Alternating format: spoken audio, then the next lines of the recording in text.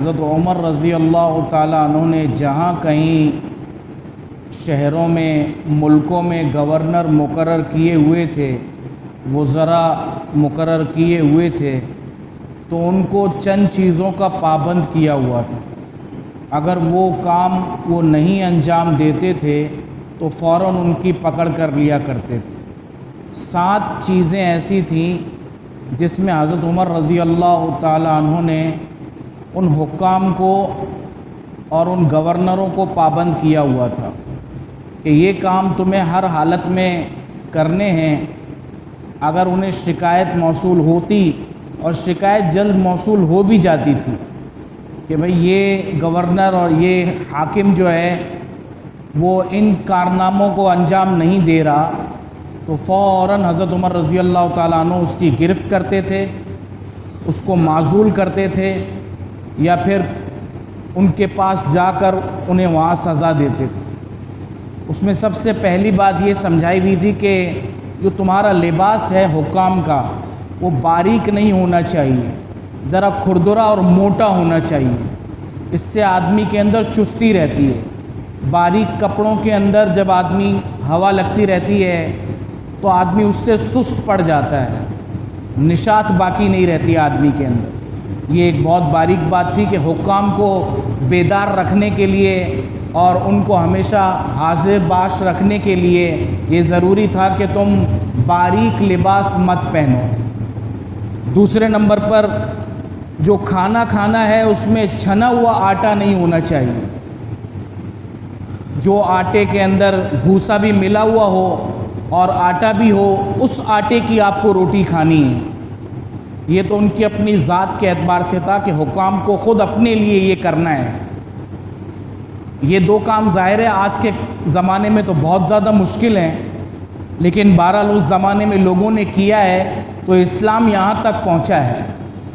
دوسرا یہ فرمایا کہ اپنے گھر کا دروازہ بند نہیں کرنا، رات ہو یا دن ہو۔ آج کل تو حکام یا گورنر جب جاتے ہیں تو راستے ہی بند کر دیتے ہیں۔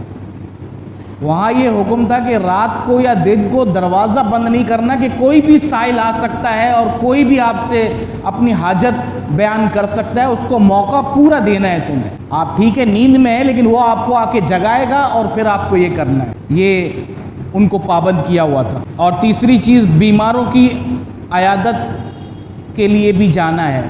کوئی بہت زیادہ بیمار ہے تو اس کے گھر پر جا کے اس کو پوچھنا ہے کہ وہ کیسا ہے۔ اور آخری چیز یہ تھی کہ یہ کوئی کسی کا جنازہ ہو جائے تو اس میں بھی شرکت ضروری ہے۔ آج حکمرانوں کو نہ کسی بیمار کی کوئی پرواہ ہے اور نہ ہی کسی مرنے والے کی کوئی خبر ہے کہ کوئی مرتا ہے تو مرے، پورا ملک بھی اگر غریبوں کا مر جائے تو اس سے ہمیں کوئی سروکار نہیں۔ تو ان کی بے حسی بے غیرتی تو یہاں ہے، اور وہاں کے حکمرانوں کو یہ پابند کیا گیا تھا تاکہ ان کے اندر یہ چیز باقی، انسانیت باقی رہے۔ کیونکہ جب حکام کے اندر اور اسی طرح وزراء اور گورنروں کے اندر انسانیت اور ہمدردی، درد دلی اور دوسروں کا غم یہ باقی رہے گا، امت خود بخود سیدھی چلے گی۔ آج جو ہماری عوام اتنی آپ کو بگڑی ہوئی نظر آ رہی ہے، اس کی بنیادی وجہ حکمرانوں کا بگاڑ ہے۔ اعمالکم امالکم، جیسے تمہارے حکمران ہوں گے ایسے ہی تمہارے اعمال ہوں گے۔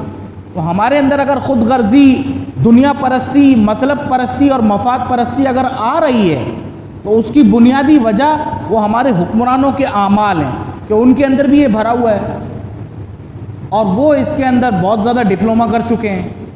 تو عوام تو پیچھے انہی کے چلے گی نا، تو خود بخود یہ بگاڑ آتا چلا جاتا ہے۔ تو یہ بہت زیادہ اہمیت کی حامل ہے کہ ہمارے حکمرانوں کو بھی یہ سوچنا چاہیے کہ ہمیں کیا ضرورت ہے ہماری عوام کو۔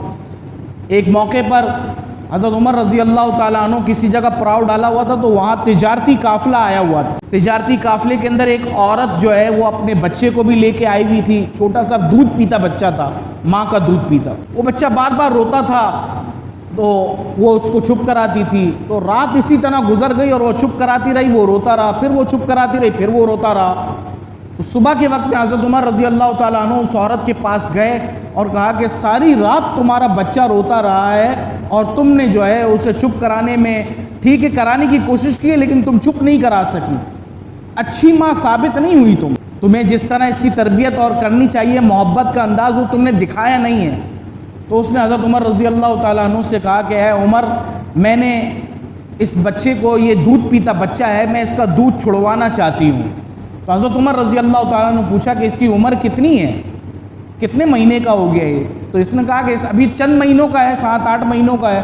کہا ابھی سے اس کا دودھ چھڑوا رہی ہو تم؟ تو کہا کہ کیا کریں، آپ نے جو وظائف مقرر کیے ہیں وہ روٹی کھانے والے بچے کے مقرر کیے ہیں، دودھ پیتے بچے کے آپ نے وظائف مقرر کیے نہیں ہیں۔ ہم یہ چاہتے ہیں کہ جلد از جلد یہ دودھ پیتا بچہ اپنا دودھ چھوڑے اور روٹی کھانے لگ جائے، تاکہ اس کا بھی وظیفہ مقرر ہو جائے، تاکہ ہمارا گزر بسر اور اچھی طرح ہو سکے۔ حضرت عمر رضی اللہ تعالیٰ عنہ نے اسی وقت اس فرمان کو اپنے ختم کیا اور کہا کہ جو بچہ جیسے ہی پیدا ہو جائے اس کی خبر اطلاع فوراً دی جائے، اس کا بھی وظیفہ مقرر کیا جائے گا۔ اور اللہ کی بارگاہ میں آ کر نوافل پڑھنے کے بعد رونے لگے اللہ کے آگے کہ یا اللہ، نہ جانے کتنے ہزار اور کتنے بچے جو ہیں اس طرح دنیا سے چلے گئے ہوں گے، اور سسک کر رو کر ان کی ماؤں نے جو ہے ان کو کمزور کر دیا ہوگا۔ اس کا ذمہ دار حضرت عمر رضی اللہ تعالیٰ عنہ۔